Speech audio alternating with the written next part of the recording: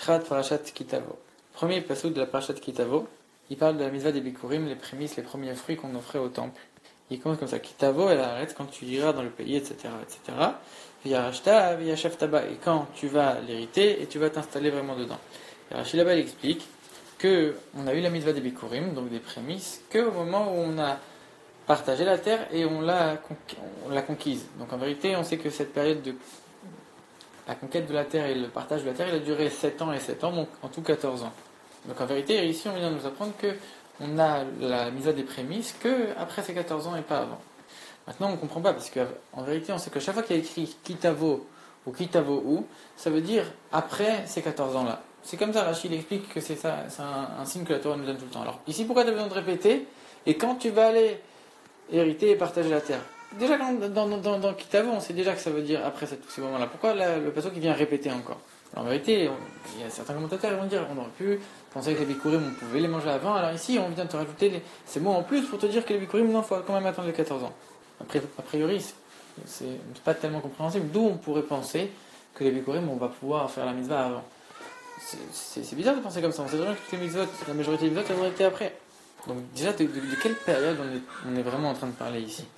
En plus de ça, Rachid ici, il vient, il te parle pas du tout il dit pas que le passo qui vient apprendre les mitzvot, il faut faire comme ça après les 14 ans. Il dit la mitzvah, ça nous apprend précisément la mitzvah des bikurim. Pourquoi il dit pas ça sur toutes les mitzvot? Pourquoi tellement les bikurim? Il y a une explication qui essaye de résoudre un peu toutes ces questions qui dit comme ça. Quand ils sont arrivés en Eretz Israël, ils n'avaient pas encore conquis toute la terre, ils n'avaient pas encore vraiment fini le partage, mais comme ils avaient déjà commencé à profiter des fruits. Parce que comment ça s'est fait? C'est que pendant 14 ans, petit à petit, ils arrivaient à conquérir un territoire en plus et un territoire en plus, mais en attendant, ils n'avaient que la moitié. Et dans cette moitié-là, ça leur appartenait, ils avaient déjà commencé un peu le partage dans cette partie qu'ils avaient obtenue. Donc du coup, ils avaient déjà commencé à profiter des fruits de la terre d'Israël. Donc il y a un avis qui essaye de résoudre un peu toutes ces questions, il dit, comme ils ont déjà commencé à profiter des fruits de la terre, alors à ce moment-là, on aurait pu penser que la mitzvah des bikurim va s'appliquer au moment où on profite des fruits. Et là, le passage qui vient, il te dit les mots en plus, non, ça, il faut attendre les 14 ans. Le rabbi dit non, on peut pas comprendre cette explication, il y a des problèmes dedans. Donc, déjà, il y a quelque chose dans le langage de Rashi qui n'est pas compréhensible. Rashi ne dit pas après le partage, etc. Il dit après les mots. Il précise que on parle de ces 14 ans-là, alors que dans le verset, on dit juste après le partage de la terre. Rachid dit non, ça veut dire les 14 ans. Alors on sait très bien pourquoi Rachid précise quelque chose d'inutile. Maintenant, si Rachid ici, il veut te dire, regarde, le mot kitavo, ici, il a une signification différente d'autre part. Rachid te l'aurait dit clairement, il aurait fait au moins une allusion à ça. Rachid, tu vois qu'il ne parle pas du tout de ça. En plus de ça, pourquoi ce mot-là, il changerait? Pourquoi on viendrait te donner un contexte différent ici? On ne peut pas comprendre, c'est difficile à comprendre.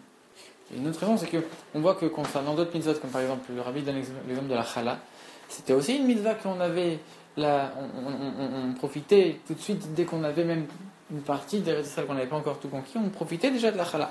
Et on voit pourtant que la chala, on n'avait pas encore la mitzvah. On profitait du pain, mais on n'avait pas la mitzvah de la chala encore tant que les 14 ans n'étaient pas passés. Alors on voit très bien que ça ne veut rien dire profiter. Les bikurim c'est la même chose, on pouvait profiter des fruits, mais tant que les 14 ans n'étaient pas passés, alors on n'avait pas la mitzvah de bikurim. On voit ça avec la chala, avec d'autres mitzvot. Comment tu peux dire les bikurim ça va être différent? Rabbi donne l'explication, il dit qu'en vérité, on aurait pu penser que oui, les bikurim on va les donner avant. Et pourquoi on aurait pu penser comme ça? Parce que on a dit qu'on était en train de conquérir la terre petit à petit. Ça veut dire que la portion qu'on avait déjà conquise et qu'on avait déjà commencé à partager, cette portion-là, elle nous appartenait vraiment et on s'était vraiment installé dedans. Et le kitavo, il était appliqué. Et le viyashaf taba, tu vas t'installer dedans, il était aussi appliqué. C'est-à-dire que le pasouk, il était vraiment appliqué. Pour qui? Pour les gens à qui cette portion, elle revenait. C'est-à-dire qu'il y avait une partie du peuple juif qui n'avait pas encore eu leur portion, puisque le reste de la terre n'avait pas encore été conquise. Mais cette partie-là, qui avait reçu sa portion, et qui était dans la petite partie de la terre d'Israël qui avait commencé à être conquise, et qui était vraiment installée, etc. Alors, pour eux, oui, ils étaient installés, et oui, ils étaient rentrés dans la terre, et oui, ils avaient tout ce qu'il fallait, et oui, ils avaient tous les mots du verset. Alors eux, ils auraient pu penser, moi, maintenant que je suis complètement rentré dans la terre d'Israël, et que je suis installé, etc., alors oui, je vais faire la mitzvah des bikurim comme dans le verset. En réalité, c'est là que le verset vient, il te rajoute encore après. Il dit non, V'yashtaf taba, et que Rachid dise quoi? Ça, c'est les 14 ans de toute la conquête de tout le pays. C'est-à-dire que tant qu'il y avait une partie du pays qui n'avait pas encore été conquise ou partagée, alors on ne pouvait quand même pas faire la mitzvah de bikurim, parce que c'était pas seulement par rapport à toi, c'était par rapport à toute la terre d'Israël dans sa globalité. Et c'est ça la nouveauté que ces mots-là ils viennent nous apprendre. Et c'est ça que Rashi il précise certains détails, des mots en plus ou en moins dans son explication. A priori, il y a quelque chose qui paraît étonnant. On sait que la mitzvah de Bikurim, c'était pour remercier Dieu de nous avoir fait profiter et rentrer dans la terre d'Israël. Mais eux, concrètement, ils avaient ce profit. On dit que celui qui apportait pas les Bikurim, alors c'était quelqu'un qui était ingrat et il ne remercie pas Dieu. Comment tu peux te dire que pendant 14 ans, tu vas attendre et tu ne vas pas remercier Dieu alors que toi, concrètement, tu as profité? Mais ici, qu'est-ce qu'on vient de nous apprendre? On vient de nous apprendre un fondement essentiel. C'est que tant que toute la terre n'a pas été conquise, tant que chaque juif n'a pas reçu sa part, tant que, ok, toi, tu as reçu, mais il y a un autre juif encore qui reste, lui, il n'a pas encore reçu sa part. Tant qu'il manque un juif qui, lui, ne va pas être heureux, et lui, il ne va pas avoir ce profit-là, alors ton profit à toi, il n'est pas complet non plus, et il n'est pas à 100%, il y a un problème dans ton profit, et tu ne peux pas vraiment profiter de la terre. Et ça, c'est quelque chose, un fondement essentiel, que tous les juifs, ils sont liés l'un à l'autre, et que s'il y a un seul juif à qui il y a quelque chose qui n'est pas complet, qui n'est pas parfait, alors on ne peut pas apporter les Bikurim, c'est que dans une joie qui est parfaite. Alors on ne peut pas faire la mitzvah et on doit attendre que chacun il ait pris sa part et qu'ils se soit installés complètement dans la terre d'Israël. Chacun il est dépendant de l'autre et la joie d'un juif elle dépend de la joie de tout le peuple d'Israël dans son ensemble. Ça bien évidemment c'est lié au jour de Chayelul. Chayelul c'est le jour de la naissance du Baal Shem Tov et de l'Admor Zaken qui ont dévoilé la Chassidut générale et la Chassidut Chabad. C'était hier Chayelul. Le jour qui donne de la vitalité dans tout le mois d'Elul. Et le Baal Shem Tov et l'Admor Zaken, on sait à combien ils ont souligné l'importance de la Havat Israël et que ça concerne tous les juifs dans son ensemble, qu'il faut aimer tous les juifs et que s'il y en a un seul, etc. Donc et on sait que c'est un jour qui tombe toujours en proximité avec la paracha de Kitavo, soit le jour même de la paracha de Kitavo, soit dans la semaine. Dans le Rabbi rappelle qu'on sait très bien que rien dans la Torah n'est au hasard. Et si ça tombe dans la paracha, c'est que forcément il y a un lien entre les deux. On sait qu'à la naissance de l'Admor Zaken, le Baal Shem Tov, il avait 47 ans, donc du coup il lisait le Tehillim 48 toute l'année. Dans le Tehillim 48, on dit quoi? Dieu est grand, il est beaucoup exalté, etc. Dans la ville de notre Dieu, Be'ir Elokeinu. Gadol Avaye, Be'ir Elokeinu. Qu'est-ce que ça veut dire? C'est-à-dire que Gadol Avaye, Avaye il est grand. Dieu il est grand, ça c'est la lumière de Dieu qui est infinie. Be'ir Elokeinu, Elokeinu c'est Elohim, c'est le nom de Dieu qui voile dans la nature. La lumière de Dieu qui s'habille dans la nature. Dieu il est grand, c'est vrai, il a une lumière infinie, etc. Mais pour que nous on puisse percevoir sa lumière, il doit la restreindre. Il doit la restreindre avec le nom de Elohim qui va rentrer dans la nature. Grâce à ça, de 1, nous on va pouvoir percevoir la lumière, elle va être dévoilée à nous, elle ne sera pas trop forte et on ne sera pas annulé devant elle, on va pouvoir la percevoir. De 2, l'essence même de cette lumière elle va se dévoiler, l'essence même de Dieu elle va se dévoiler, puisque du coup il n'y aura pas tous les reflets, toutes les choses accessoires, il n'y aura que l'essence même de Dieu qui sera restreinte, donc il n'y aura que l'essence, on pourra mieux percevoir l'essence. Et troisième chose, nous, ça nous donne un travail à nous. Et nous, notre travail, c'est de faire en sorte de travailler pour élever encore et diffuser et faire rayonner encore plus cette lumière de Dieu. Et c'est exactement ça qui est écrit dans le verset. En quoi c'est lié avec la Chassidut qui a été dévoilée par le Baal Shem Tov et l'Admor Zaken? La lumière de la Chassidut, elle était très élevée et il y a besoin de la canaliser pour que nous, on puisse la comprendre dans l'esprit.